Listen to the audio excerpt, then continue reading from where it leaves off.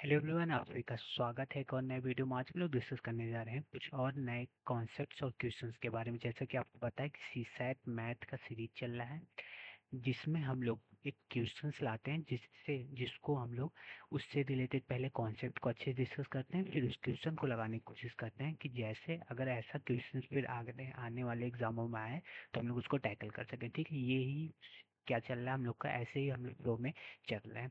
ठीक है, तो आज एक और डिविजिबिलिटी रूल से क्वेश्चंस मैं आपके लिए लेके आया हूँ। तो इस ये क्वेश्चन बिल्कुल ध्यान से मैं दो तरीके से बताऊंगा, हम लोग सॉल्व करेंगे और समझेंगे कि 7 और 11 और 13 इन तीनों का डिविजिबिलिटी रूल एक तरीके से हम लोग चेक करते हैं कि 7, 11, 13 से कोई नंबर डिविजिबल है तो कैसे चेक करें अगर बहुत बड़ा सा नंबर दिया हो। एक ट्रिपलेट रूल होता है, उसको हम लोग इस वीडियो में समझने वाले हैं, तो बिल्कुल ध्यान से और समझने की कोशिश करिएगा। तो चलिए शुरुआत करते हैं। यही एक नंबर दिया हुआ है जिसको बोल रहा है कि वो 7 से डिविजिबल है और इसमें एक टर्म दिया हुआ है पी। इसके जगह कौन सा नंबर होगा जब ये होल नंबर, ये पूरा नंबर 7 से डिविजिबल होगा? यही क्वेश्चन पूछा है यूपीएससी सीसैट 2021 में। ठीक है, तो ऐसे बेसिकली आप लोग एक चीज कर सकते हैं कि इस पी की जगह जल्दी जल्दी इन चारों ऑप्शन को करके देख सकते हैं कि कौन सा नंबर रखने पे इन चारों ऑप्शन में से पी की जगह वो पूरी तरह 7 से डिविजिबल हो जा रहा है। ठीक है, एक तरीका तो ये है आप लोग को करने का, लेकिन एक तरीका और है ट्रिपलेट रूल। जैसा कि यहाँ तो बता दिया है कि 7 से ये नंबर डिविजिबल है, तभी हम लोग पी की वैल्यू निकाल सकते हैं। अगर कहीं नहीं बताया रहता कि कोई नंबर, ये नंबर अगर दे देता और पूछता ये 7 से डिविजिबल है कि नहीं है, तो कैसे चेक करते हैं? तो इसके लिए एक ट्रिपलेट रूल होता है और इस ट्रिपलेट रूल से हम किसी नंबर को, ट्रिपलेट रूल से किसी नंबर को हम लोग 7, 11, 13 इन तीनों से समझ सकते हैं कि इन तीनों से क्या ये वो नंबर डिविजिबल हो रहा है कि नहीं। इस ट्रिपलेट रूल से समझ सकते हैं, चाहे जितना बड़ा नंबर दिया हुआ है। ठीक है, तो बिल्कुल ध्यान से देखिए। तो ये नंबर हम लोग नोट करते हैं 3, 7, 9, 8, 1, 2, 5 पी 369। बिल्कुल ध्यान से देखिए। अब हम लोग एक अल्टरनेट ट्रिपलेट पेयर बनाते हैं, एक 3 नंबर का पेयर, एक 369 हुआ। ठीक है, अल्टरनेट बनाते हैं और एक हमारा हुआ 25P। फिर से हमारा एक नीचे बनाएंगे हम लोग, एक हुआ 981।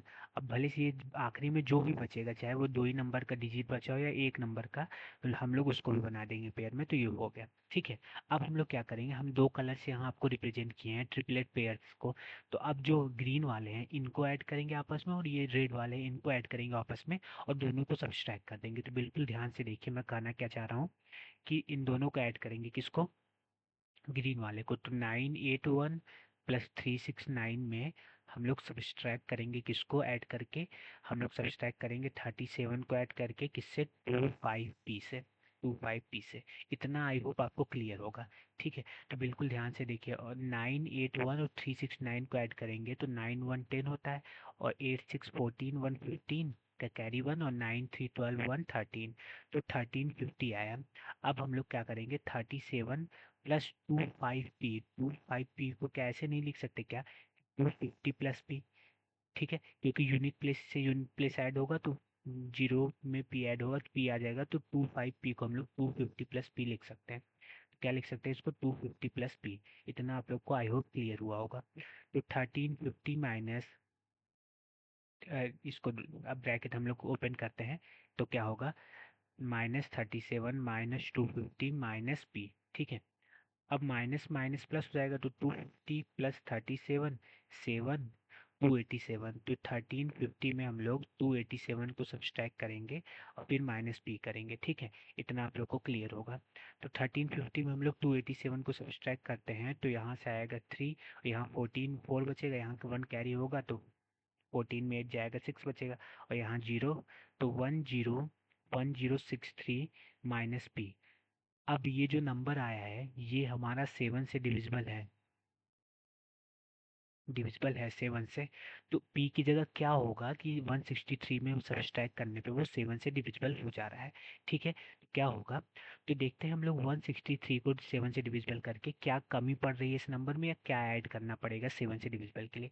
तो 7 1 जा 7, 3 कैरी गया, 7 5 जा 35, 1 कैरी इधर जाएगा, 13 आएगा जो डिविजिबल नहीं हो रहा है। तो हमें 1 ऐड करेंगे इसमें।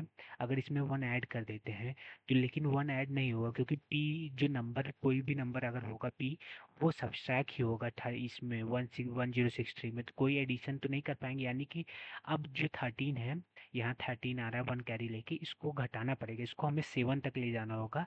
तो 7 तक ले जाने के लिए इस पी की जगह हम लोग 6 अगर पुट करेंगे जो ऑप्शन में है, तो 1063 - 6 करेंगे, तो यहाँ से आएगा 1057। क्या आएगा? 1057। अब 1057 को अगर हम लोग देख लेंगे क्या ये डिविजिबल है, तो 7 1 7, 3 कैरी के 7 5 35, और फिर 7 1 7, यानी कि जो पी की वैल्यू है, बिल्कुल ध्यान से देखिए, पी, 2 मिनट रुकिए, पी की जगह हम लोग क्या रखें? 6। तो पी की जगह हम लोग अगर 6 रख देंगे, तो ये जो पूरा नंबर दिया हुआ है, पूरा नंबर जो दिया हुआ है, ये 7 से डिविजिबल हो जाएगा। तो करेक्ट आंसर इसका क्या होगा? 6 होगा। करेक्ट आंसर इसका क्या होगा? 6 होगा।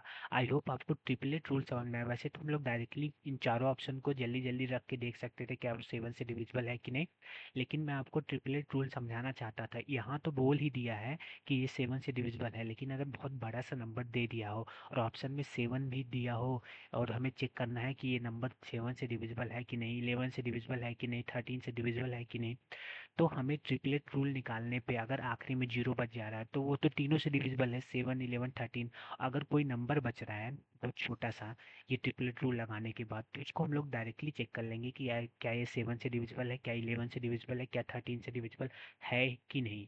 ठीक है, तो आई होप आपको समझ में आया होगा कि कैसे हम लोग डिविजिबिलिटी रूल 7 11 13 का चेक करते हैं, और ऐसे क्वेश्चंस अगर आए तो कैसे लगाते हैं उसको। ठीक है, वीडियो कैसा लगा कमेंट करके जरूर बताइएगा, वीडियो को लाइक एंड चैनल को सब्सक्राइब जरूर करिएगा, और दोस्तों के साथ शेयर भी करिएगा। धन्यवाद।